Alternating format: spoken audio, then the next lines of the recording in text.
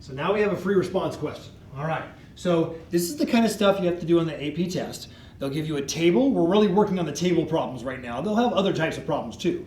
So you have a table and you got to try to sort out all this information. So scientists have given us this, and then you take the scientist data and try to answer all the questions. Okay, so it's kind of a fun game and it's not that hard. Now, you know, Mr. Wade, I love the real life problems, right?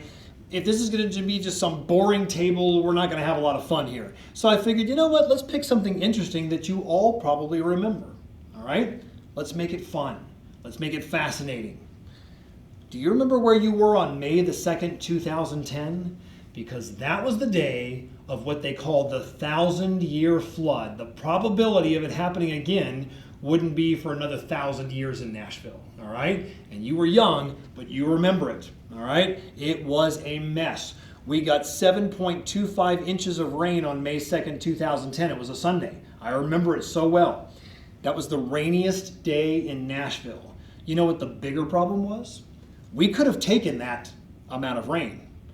The day before, we got 6.6 inches on Saturday, and that is a top 5 rainiest days in Nashville. So we had a top 5 followed by the rainiest day. Well, you add those two rainfalls together, flooded tons of places in Nashville, cost billions of dollars in damage, all right? It was a mess, okay? And I lived right on the river. I sold my house. Somebody bought it 2 weeks after I moved out. That house was underwater, and it was a 2-story house, completely underwater.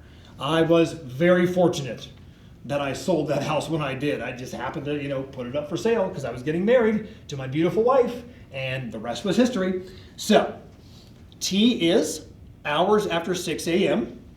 R is the cumulative rainfall. You know that cumulative means like the running total, right? So at time 0 on May the 2nd, we had no inches yet. Well, it's midnight, the day just started.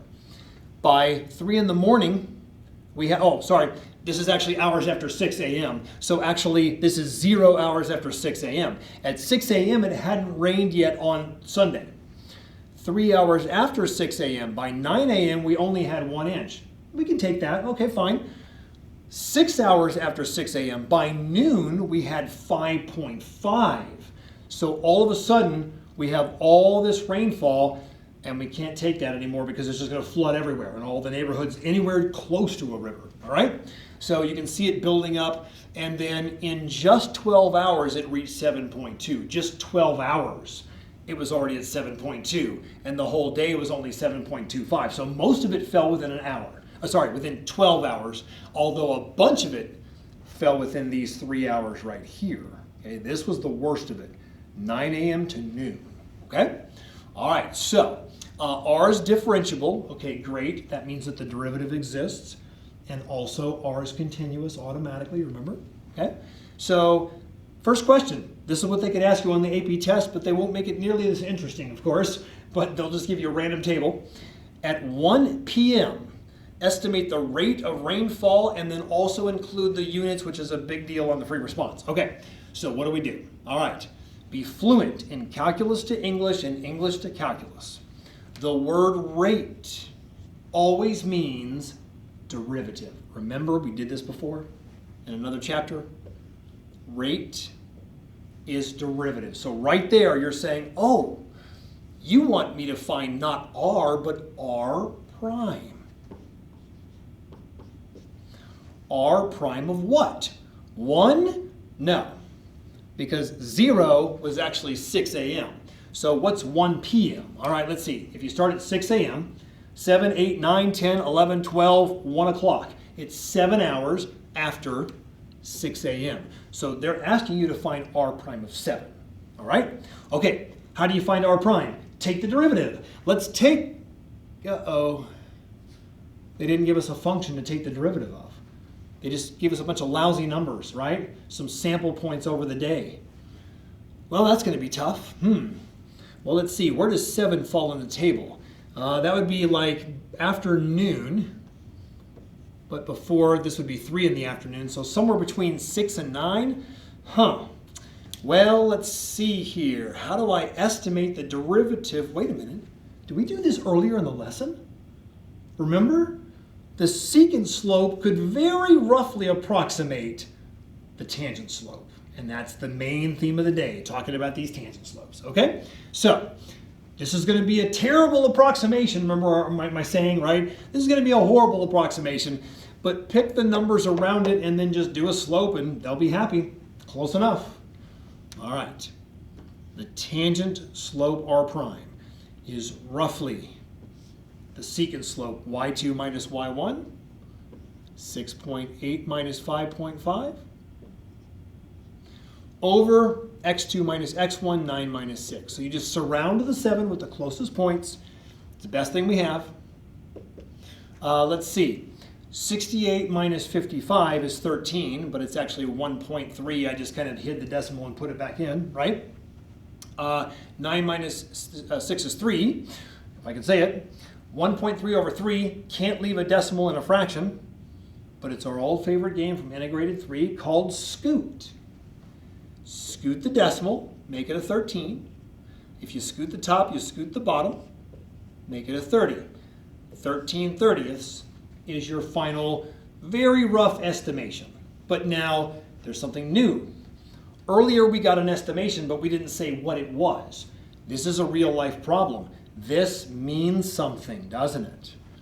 Put the units, all right? Show them you know what it is. A derivative, okay, the original function is in inches of rainfall, but the derivative would be inches per hour. You use both units, right? Inches per hour, okay? That is a rate. It's not how many inches are on the ground. It has nothing to do with that. It's not r, it's r prime. So the rain at 1 p.m. was falling roughly at 13/30ths of an inch per hour. That's slower than it was earlier. It was way worse earlier. So that's not as bad, but it was still adding to the flood. Okay? Pretty simple.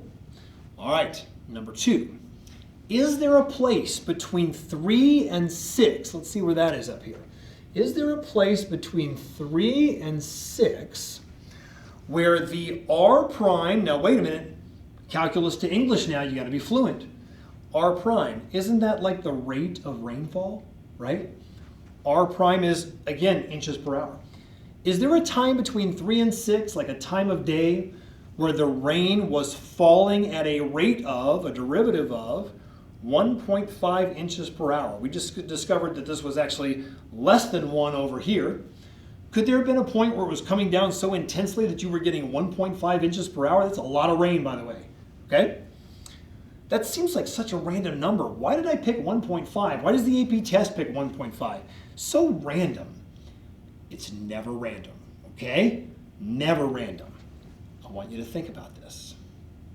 Is there somewhere between 2 endpoints that the derivative or rate of rainfall is 1.5? Isn't the derivative the tangent slope, right? Didn't we just do the mean value theorem over there? It's the mean value theorem. Shh, it's a secret, okay? The mean value theorem states that between 2 points, and actually you don't even need the underlines, you could just also do the problem without them, according to the mean value theorem. Somewhere between 3 and 6, maybe the tangent slope is 1.5. How do we do that? What's the mean value theorem? Tangent slope shall be parallel or equal to the secant slope. Let's find the secant slope between 3 hours and 6 hours, okay?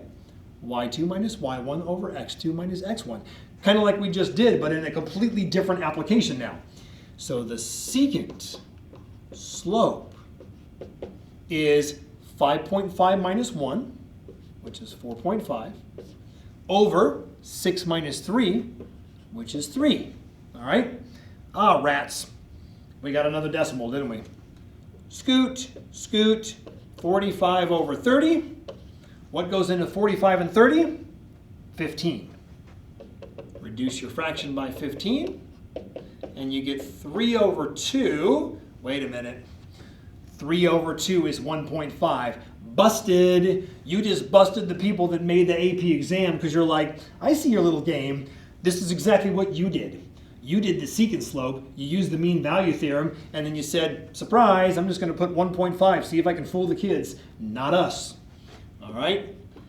That is exactly what the person who made that problem on the AP test would have done. They just did a slope. Okay? So the secant slope is 1.5. Does that mean that the tangent slope or the rate of rain must have been intense enough to be 1.5 somewhere in between? Real life application of Lagrange's mean value theorem. Yes. I don't care if it was barely raining at the beginning and barely raining at the end. There's somewhere in between there where it had to be coming down at 1.5 because the tangent slope must be parallel to the secant slope. All right? So your answer is yes. Okay? But then here's the scary word on the AP test. Justify. Some students get scared of it. You shouldn't. They want you to write a complete sentence in English. All right? They want you to write an intelligent sentence and show them you know why, that it's no coincidence. Now, part of your work will be to show them all this. So they'll see this on your paper. They'll say, okay, they knew what they were doing. Can they quote the theorem? Mean value theorem. Okay? So how do we justify this? All right, let's write this down here at the bottom. Now, since this is your first justification of the year, you're probably wondering, like, what do the AP graders look for, right? What do they want me to write? First, they want you to quote the theorem somewhere in your sentence. By the MVT, you can abbreviate it, they'll take that, okay? But they're very picky on things. So, by the mean value theorem, quote it, okay? Add in something else. When did we say the mean value theorem works? It only works if the function's differentiable. Ah, look at that. We just kind of glossed over that, but that was there for a reason. R, I gave you, was differentiable. So you throw that right back in their face, all right? By the mean value theorem. Since you said that R was differentiable, and they would take the word diff, that's fine. Since R is differentiable, and then what does the mean value theorem tell us is true? R prime must equal 1.5, or you could even say equals the secant slope if you want to throw that in there, but at least tell them R prime does equal 1.5 on the interval 3 to 6. Although I gave you the underlines because sometimes they could give that to you as well. Okay? But you can also leave them off because that's more like the mean value theorem. So that's all you have to write. Quote the mean value theorem, say that it's because it's differentiable, and then just simply say my R prime was equal to the secant, and they'll see all this work and know that you did the right thing. Okay? But give them the interval because they do want to know on that interval that this wouldn't work from 0 to 3. It wouldn't work from 9 to 12, only from 3 to 6. Okay? If you write anything anywhere close to that on my test 9, I'm giving you full credit. All right, so on the other board here, let's wrap this up. Step 3, another question they could ask you on the AP test. When you look between 3 and 6, is there a place where the not rate of rainfall, R of t original function, number of inches on the ground, right? Not rate this time, okay? Is there a place between time 3 and time 6 where Nashville had to have 2 inches on the ground? Well, let's see what we have over there. How many inches were at 3? What is R of 3 in the table? R of 3 is 1. We had 1 inch on the ground. What is R of 6 according to the table? Whoa, that's when it really went up. 5.5 inches. Would you say logically that somewhere between 3 and 6 we had to have 2 inches on the ground? Yes. Duh. It's obvious. Guess what you can't put though on the AP exam? You can't put duh because they won't take that, all right? They're going to want you to justify your answer. Give them good reason. Now this is called the intermediate value theorem. Intermediate means between. Somewhere between those two numbers it's got to hit 2. Well, that's obvious, but you have to tell them that. By the intermediate value theorem, probably the easiest theorem in calculus, by the way. By the intermediate value theorem, in other words, somewhere between this, you're going to hit every number, 1.1, 1.2, 1.007, 5.4, 2. By the intermediate value theorem, since R is differentiable? No, remember what we said earlier? Differentiables only for the mean value theorem. All right? Every other theorem in math simply needs to be continuous. Since R is continuous, it doesn't have to be differentiable. Okay? And by the way, since R was differentiable, differentiability implies that it's continuous automatically. It implies continuity, remember? And then you simply tell them R of 3 is 1, R of 6 is 5.5. So R of something, if you want to call it C, right? R of something is 2 for some C between 1 and 6. Somewhere between 1 and, or sorry, not 1 and 6. Sorry, 3 and 6. Okay? So really, like anything, you don't have to write it exactly like this. I'm writing the shortest possible way to write it. You can write it any way you want to write it, okay? Tell them the intermediate value theorem. Tell them that R is continuous, because that's every theorem except for differentiability goes with mean value theorem. And then tell them that, look, we started with 1 inch. We went to 5.5 inches. Somewhere, you got to have 2 inches between 3 and 6, okay? Anything like that at all, and I'll take it. Now let's do part 4 back over here on this board, because I do kind of want you to look at the chart at the same time when you do this, okay? So here's another question they could throw at you on the AP test in the free response section that we call FRQ, free response questions, right? So on the FRQs, as we call them, with a table, they could ask you this one, all right? They want you to estimate 1/12 integral from 0 to 12 of R of t dt. Huh, interesting. They want you to, wait a minute. They don't want you to actually integrate it. They want you to just estimate what the integration is. Well, that's interesting. All right, let's think about this. Let's think this through now. The integration, isn't integration area under the curve? Wasn't that like a major event and topic in the first semester? Semester exam, you all aced it on the semester exam, so you know this stuff. The integral is the area under the curve, but they want you to estimate it. Oh, that's because we don't have an equation for the rainfall during the flood that happened in Nashville. We don't have an equation to integrate.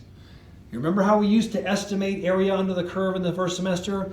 Do you remember midpoint sum, left-hand Riemann sum, right-hand Riemann sum, trapezoidal rule, inscribe, circumscribe? Remember all those? Okay, they want you to use those old rectangles. We're bringing those back again. So let's remember how we used to do that in the first semester, all right? Let me tell you, that was one of the best sections on that test. This class mastered, I mean completely mastered, how to do the rectangles under the curve, all right? So you're ready for this. Okay, let's not even do the 1/12 yet. Let's just do the integral itself. Integration is area under a curve, which can be estimated by a bunch of rectangles. You remember this? You got a curve, you draw a bunch of rectangles underneath, and you add them all together, base times height, base times height, base times height. Okay, so midpoint sum. Well, which one was the midpoint sum? All right, well, let's start with this. We have 2 subintervals. 0 to 12 is a total of 12, but we're going to chop it into 2 sections. 12 divided by 2 is 6. So let's do this. Do you remember we called it delta x? You remember delta x means the width of each one of your buildings, like the base of each building. Delta x is 12 minus 0. We said the whole thing was 12 across, divided into 2 sections. That makes 6. The formula, we quoted this in the first semester. It was called b minus a over n. B minus a divided by number of sections, number of buildings, okay? That's all we're doing. So most of you could have looked at that and said, oh, I get it, it's 6. So first rectangle under the curve, 0 to 6, okay? Second rectangle under the curve, 6 to 12, 2 rectangles. All right, what's a rectangle? Base times height, base times height. That's all we have to do. What is the base from 0 to 6? It is 6. The width of the building's base is 6. What is the height? Okay, if it's a left-hand sum, you would pick the left one, which is 0. If it's a right-hand sum, you pick the 5.5. If it's a midpoint sum, you pick the one in the middle. That's how you do it from the table, and you don't have to draw anything. Time saver. It's a 6 by 1. All right?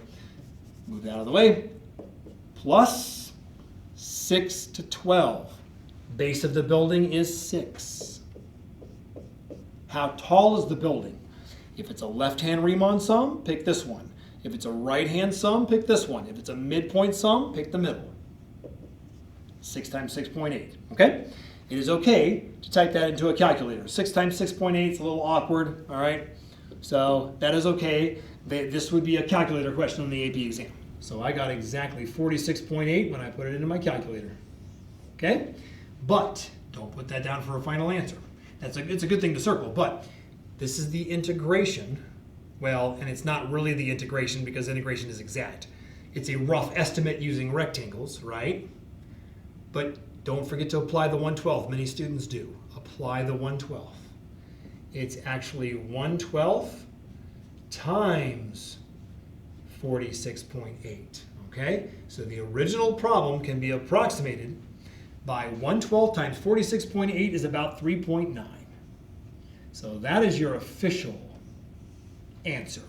But they want you to explain what that means using units. Now this is going to be so simple if you just remember what we did at the beginning of Chapter 8 and on the Chapter 8 test, which was not long ago. Do you remember doing average value on the test, on Test 8? Average value is the integration from a to b of some function divided by b minus a. You remember that? I want you to look at this right here. Any halfway decent calculus student will look at that and it's a dead giveaway. You're integrating a function from 0 to 12, but then you're dividing the whole thing by 12 minus 0, which is actually over here is 1/12. You just added up, because what's integration? A sum of infinite things. You just added up all my test scores and then you divided by 12 and you just gave me an average. All right? That is an average value. But what is value? Value is y-coordinate always. And what are the y-coordinates? Cumulative rainfall. So cross out the word value. It's the average cumulative rainfall. At any point during the day, we had an average of 3.9 inches of rain on the ground. That's the answer. See you next time. Hold it now. Now we really want to prepare for this table for some mystery function f of x. We don't know what f of x is, but we do see that coordinate and that coordinate. Let's draw, like, ignore this one now. Okay, I'm gonna do that. Let's draw a tangent line. But now I want you to